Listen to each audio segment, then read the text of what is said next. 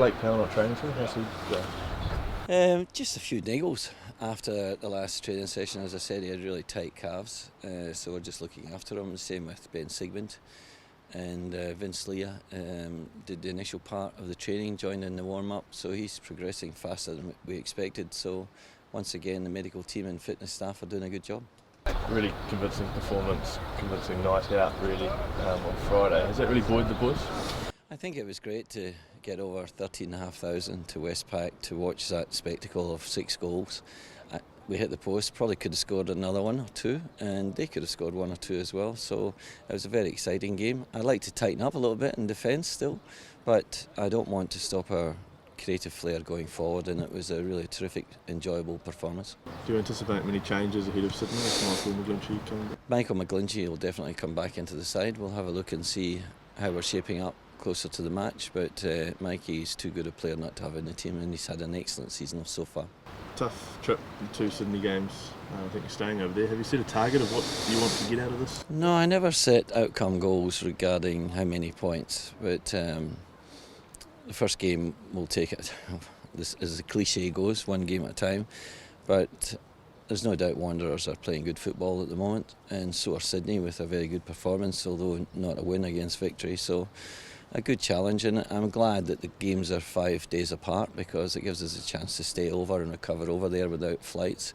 So it's probably worked in our favour, but 2 tough games we're looking forward to. Ernie, how important was it to get the 13,500 at the stadium, and how important was it to win in front of them? It was just great to see the support that we've got, not only at the stadium, but the number of people both here and overseas in Australia talking about the Knicks and the support we're getting. And we've got, as you've seen, a Dutch film crew here with us today. So we're getting a lot of good publicity out of it and great support. And regarding the performance, I keep getting asked, is it a must-win performance? As I always say, every game's a must-win performance, but the boys really stepped up to the mark regarding creating goal-scoring opportunities, and Jeffrey Sarpong did a terrific job, and Rolly Bonavazia and Roy, 3 games in 6 days. And Blake Bell did a good job until he had to come off with his calf muscle injury. So all in all, it's a very good performance. Does it frustrate you, the extra outside pressure that gets added, considering, all of us are talking about how you needed to perform in front of the bumper crowd? No, it's not frustrating. It's the nature of the job. If you didn't enjoy a little bit of pressure and a little bit of a challenge, I guess you wouldn't do the job. And it's the same for the players, but they're the ones on the field that are performing well. And this season, I've only been disappointed with one half against Victory, second half. But other than that, I think we're playing some pretty good football. And the dramas, sometimes they can galvanise a team. Do you feel that's happening in this case? That's the silver lining, isn't it? That you discover how much support you've got and the number of people that really want to come and watch you play. And I believe we had people at the game at Westpac that were coming from the South Island and from up in Auckland. And I heard someone came from the Bay of Islands. I was down in Blenheim for a weekend, and we had people coming over from Nelson and Blenheim. That was great. You happy you're a coach? You don't have to deal with the other stuff? You get to focus on playing? Well, we've got a really knowledgeable and intelligent board that handle off-field stuff. We've got a group of owners who are there when they need to be there and fund what is, I think, a tremendous franchise in the Phoenix.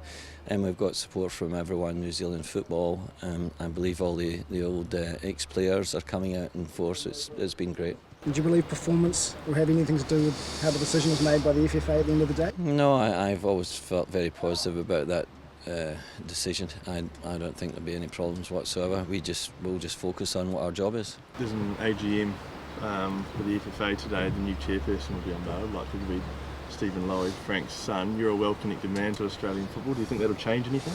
No, I think the FFA will continue to do a good job in building up this league, and that's what they have done up until now. I mean, this league now competes with the best leagues in Asia. Certainly the J League and the K League are in Korea, and the Chinese Super League are doing well, and there's leagues in the Middle East. And so I think the A-League will continue to progress well, and we'll be a part of that. What about the stance on the Phoenix? What about the stance on the Phoenix, though? Will that change, do you think? the starts? Their stance. On the Phoenix. As I've said, I'll leave the people, I'll leave Rob Morrison to handle that, and I think he's doing a great job there, and he's been very informative to our members and the fans. The 8,000 that went along to watch the Western Sydney Melbourne game, did you feel quite happy that you guys almost doubled that? No, I really don't focus on that. Sometimes you get a bigger crowd than other times. I'm just happy with where we're at and what we're trying to achieve this year. It's a bit of a shame after a lot of publicity going into what was a great night the other night that you're not back here for another month or so, isn't it? Yeah, well, the draw is something that we can't really control. The good thing is we're going to take a game to Auckland, and we're further down the track we're going to take a game to Christchurch, and I think that's an important role we play to engage with New Zealand fans throughout the country.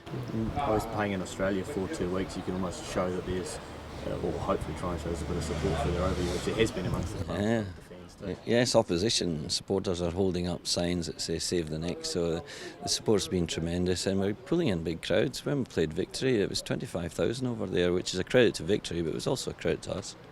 Yeah, compared to 8,000 at Western Sydney, but that's not bad, is it? No, we're doing pretty well. I think the other A-League clubs and their fans know that we're going to really put on a good performance of attacking football, and we've got the players that are quite exciting to watch, and as I say, that's why Dutch television's here. I wouldn't be surprised if Fijian television are here soon as well. And I suppose for fans here as well, broadcast numbers are still important as well. You still say to those people that went along the other night, now you're going to watch us on TV as well. Yes, I want. It'd be great to get huge viewership on Sky Sport and on Fox, and we're going to do some. Fox have asked us to do some media stuff while we're over in Sydney, and we're always obliging, and they know that. We're very helpful in that respect. And on the radio too. And on the radio too, very important. Just on the state of the league, it's only 6 rounds in, Ernie, but pretty congested at the top. Do you see it staying that way all season? Is it a pretty even league this year? Yeah, I think at the beginning of a season, this is the way it normally goes. There's only just 2 or 3 points separating the top teams, and I think the longer the competition goes on, it's about you see which teams are consistent, and that's very much what I keep drumming into our players. It's about consistency of performance. It's not about one good one poor one. It's about continually producing an on-field performance that will produce results. So consistency is the key to doing well in the league. What's your record like against Western Sydney, and what do you think they pose, particularly in terms of challenges for your side? I never look at history, because from this game to the last time we played them, there's so many changes, so many player changes. Sometimes there's coach changes, but we know they're a good team, and we have to respect them. They're coming off a very good win. So it'll be a real challenge, but again, we only focus on how we play and perform, and we worry about what we can control.